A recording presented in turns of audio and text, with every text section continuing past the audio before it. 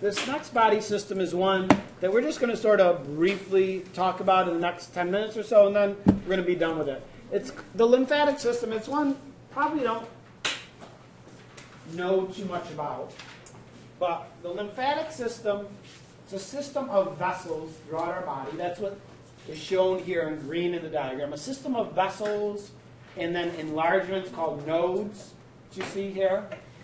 And then a fluid that travels around this system. Now, as you guys know, our blood is 95% what? Water. 95% water. And as that blood moves through our circulatory system, some of the water gets kind of squeezed out of the capillaries. And then it's out of the circulatory system that kind of surrounds our cells. That's what you might call body fluid. Okay? And it surrounds our cell, our body's made of cells. And those cells are not just like tightly packed together, all touching each other. There's some space around them sometimes. And that space is filled with this fluid. And it's important. It has an important job to do. It can absorb nutrients. It can take away waste and allow things to travel around the body. So this fluid is important. That's what's moving through this lymphatic system.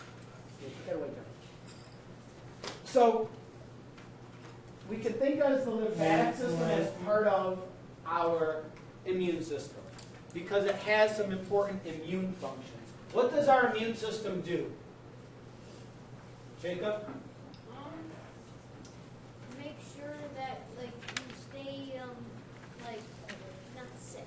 Yeah, prevents us from being sick or helps us get better from being sick by doing what? Dan? It fights off bacteria. Yeah, by fighting off what we call pathogens, bacteria, viruses, things that make us sick. And so it's part of our immune system. And the lymphatic system is a system of tubes that carry a fluid that's called lymph. The fluid that's carried around our body is lymph. And it circulates all throughout our body, picking up unwanted materials, waste products, bacteria, viruses, sort of collecting all that stuff so that it can be removed from our body. And eventually, that lymph goes back into our blood and becomes part of our blood again. So it's a sort of circulation.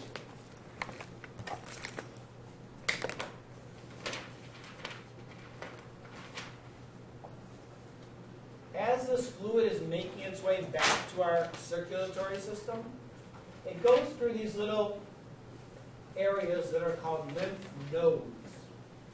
You can see they're listed, and they're like little circles here in this diagram.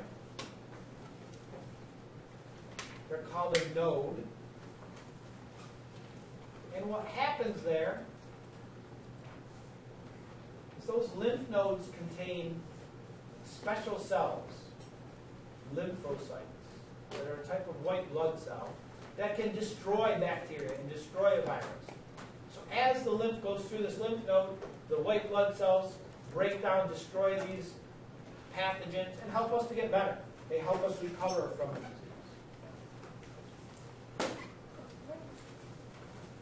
They trap bacteria, they trap viruses, and they destroy them by using these white blood cells, these lymphocytes.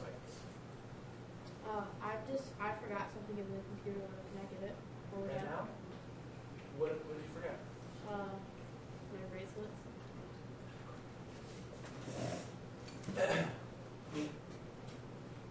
So these lymph nodes are spread all throughout your body, really, but they're sort of clustered in certain areas.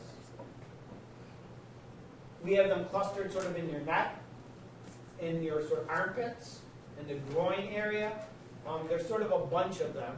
And in fact, if you ever gotten sick and a relative, your mother or grandmother felt your neck and they say, oh, you must be sick because why?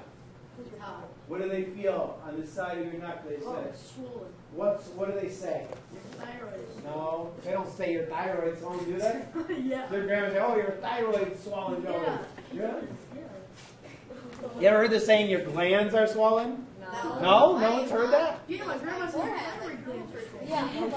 So I was like, So when people feel that, they're not really feeling your glands. They're not really feeling your thyroid gland or any other gland. What they're really feeling are lymph nodes. So you have a bunch of lymph nodes here on the side of your neck. And when you are sick, let's say you have strep throat or you have a cold, what happens is those lymph nodes swell up because their new white blood cells are filling in and they're destroying bacteria that are making you sick, and they're filtering them out, so they get swollen to do their job better. So they're right that if your lymph nodes are swollen, it may be an indication that you are sick or you have some sort of infection, and that means they're sort of doing their job. They're doing what they're supposed to by filtering out some of those things. Yeah? How would someone know if they're swollen? Well, sometimes if they're swollen, you can feel them like little bumps here on your neck. Sometimes it hurts, like if you got sick and like your neck hurts, it's tender here. That may be because of that swelling of the lymph nodes. And so here you can see there's a bunch of them up in your neck, or your cheek area, armpits, groin area, in your arms. But they're sort of spread throughout your body in different places. But that's where a bunch of them.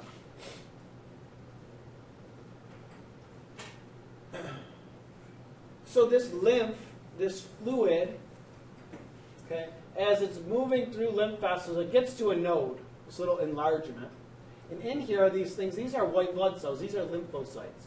And as this fluid comes in, if it's carrying bacteria with it, those lymphocytes destroy the bacteria and take it out. And then that filtered lymph can continue on, and now that it's nice and clean, go back into circulation. We have other lymphoid organs that are important in producing white blood cells, besides those that we just talked about. One is your tonsils in sort of the back of your throat. That tissue, your tonsils are like this cluster of tissue that's lymph tissue. It helps filter lymph. It helps make white blood cells for your body. But it's not the only place.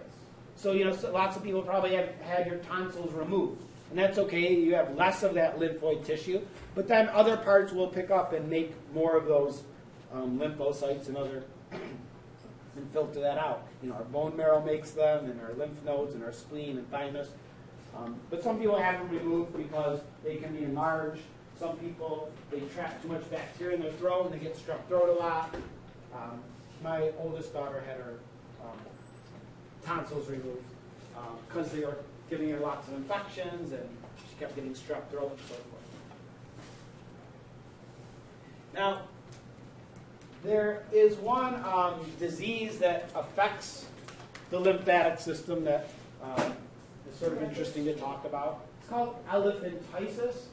And this is caused, there's different ways it can be caused. One of the most common is through a worm, a parasitic worm that can be spread through mosquitoes in certain parts of the world. And this type of worm gets into a person's body, and it makes its way into their lymphatic system, into their lymph vessels. And that's where the worm lives. It reproduces, it grows, and eventually what it can do is it can clog up those lymph vessels so that this body fluid can't circulate around as well.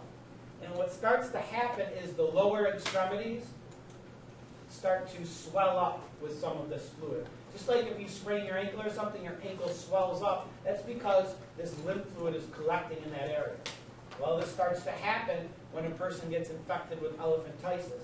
But the skin in that area can become infected. It swells up. All of the tissue becomes enlarged with this body fluid, and it swells up to these massive proportions.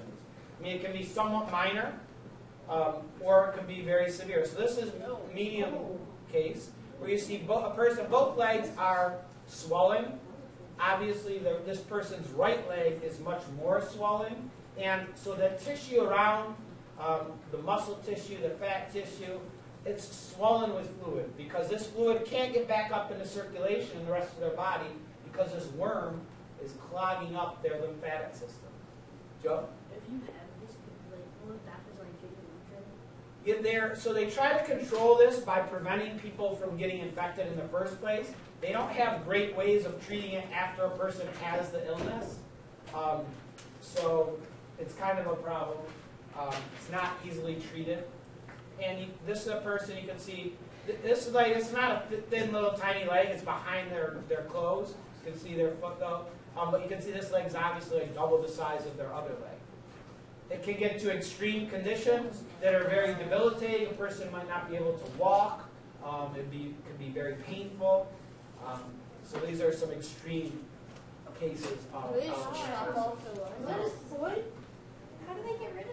You really can't. I mean, even if you were able to take the medication to destroy the parasite, that swollen tissue is never going to return back to normal.